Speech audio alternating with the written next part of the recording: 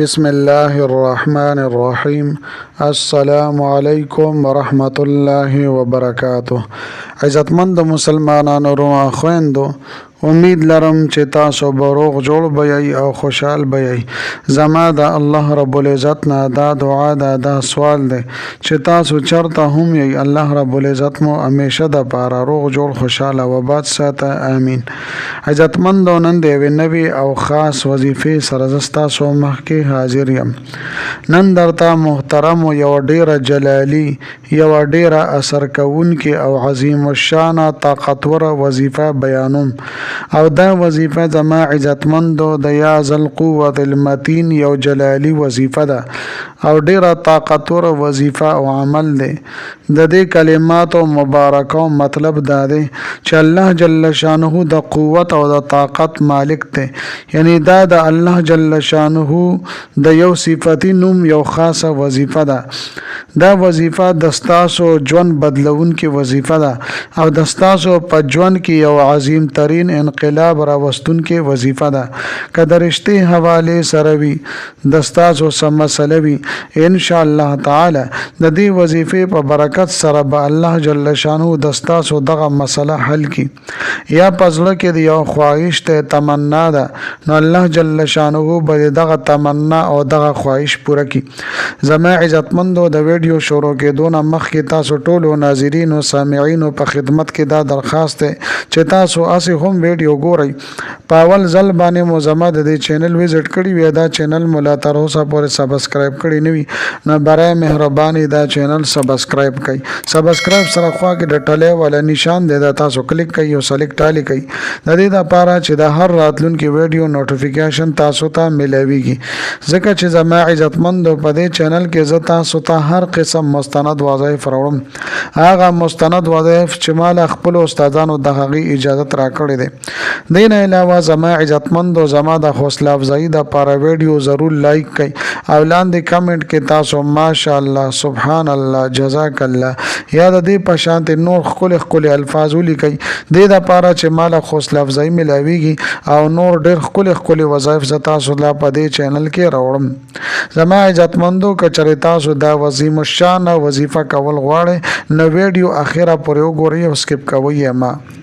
زما عزتمندو، دا نن وظیفه چې کومه زه تاسو ته بیانوم دا ډیره اسانه وظیفه ده. صرف او صرف 70 مرتبه او یا پیری د الله جل شانه د صفتی نمونه ویل دي. ډیر لږ وخت په دې باندې لګي. د دې وظیفې کولو سره به کریم رب د ستاسو ژوند بدل کی او د ستاسو په ژوند کې به ډیر سکون، اطمینان او آرام براشي.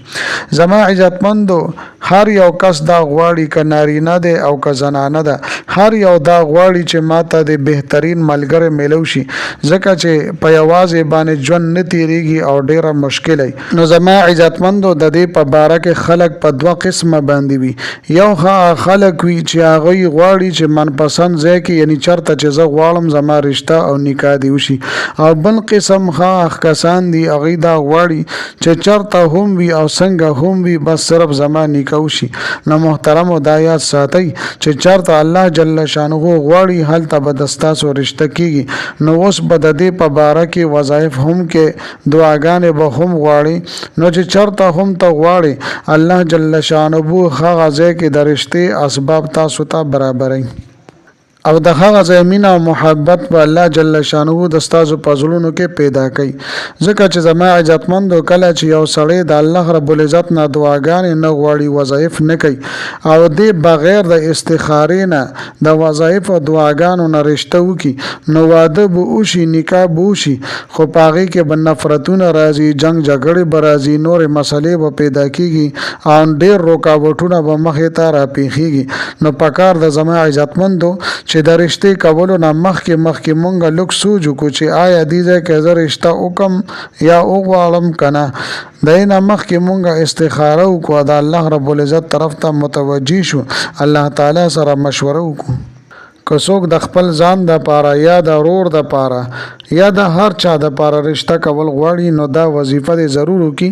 ان شاء الله تعالی ډیر بهترین ځای کې ورته الله جل شانه رشته ور نصیب کړي. چې کوم ځای هم تاسو رشته کول غواړئ، نو الله جل شانه به هم هغه ځای کې تاسو ته رشته در نصیب کړي. یا زما عزتمندو یو ځای د تاسو هلته کې رشته کول غواړئ خو دواړو طرفو ته ټول رضا دي خو یو کس په هغې کې ناراضه دی د ده په وجه په هغې کې رکاوټ راځي په هغې کې تکلیف مخې ته راځي نو تاسو د دې دپاره فورا دا وظیفه وکړئ هر یو کس به راضي شي خو صرف زما عزتمندو یو دوه خبرې د دې تاسو ډیر زیات خیال وساتئ یو دا دی چې بل مسلمان ته تکلیف مه رسوئ چا باندې ظلم او زیاتې مه کوئ د دروغو نه خپل ځان ساتئ او دویم زما عزتمندو د حرامو نه ځان ساتئ چا په خېټه کې چې حرام یو لقمه هم وي الله جل شانه د هغه نه دعاګانې قبلوي نه وظایف قبلوي نو لہذا زما عزتمندو د دې دوو کارونو تاسو ځان ساتئ او دې سره د 15 وخته منځونو پابندي هم کوئ او د دې نه پس بیا تاسو د عظیم الشان وظیفه وکئ ان شاء الله تعالی تاسو به وګورئ چې کریم رب د ستاسو په ژوند کې څنګه انقلاب راولي اوس زما عزتمندو راځم وظیفې طرف ته مکمل ترتیب او طریقې کار زه تاسو ته بیانوم زما محترمو دا وظیفه به تاسو د سحر مونځ نه پس او د ماښام مونځ نه پس کوئ اول به 3 پیرې تاسو درود شریف ووایئ او بیا به 70 مرتبه او یا پیرې به تاسو یا ذل قوة المتین یا ذل قوة المتین دا به تاسو ووایئ د دې نه پس به زما عزتمندو بیا 3 پیرې تاسو درود شریف ووایئ د دې نه پس به دعا دپاره لاس پورته کوئ د الله جل شانه نه به انتهایي عاجزۍ سره توجه سره به دعاګانې وغواړئ زما عزتمندو یاد ساتئ دا وظیفه به تاسو 21 ورځو پورې جاري ساتئ 21 ورځو پورې د سهار مونځ نه پس اویا پیرې او د ماښام مونځ نه پس اویا پیرې ان شاء الله تعالی تاسو په خپله باندې وګورئ د دې وظیفې چې کوم اثرات دي د دې چې کوم برکات دي دا به تاسو په خپلو سترګو باندې محسوس کړئ زما عزتمندو ډیره بهترینه لاجوابه مجربه وظیفه ده ضرور تاسو دا وظیفه ته عمل وکړئ زما عزتمندو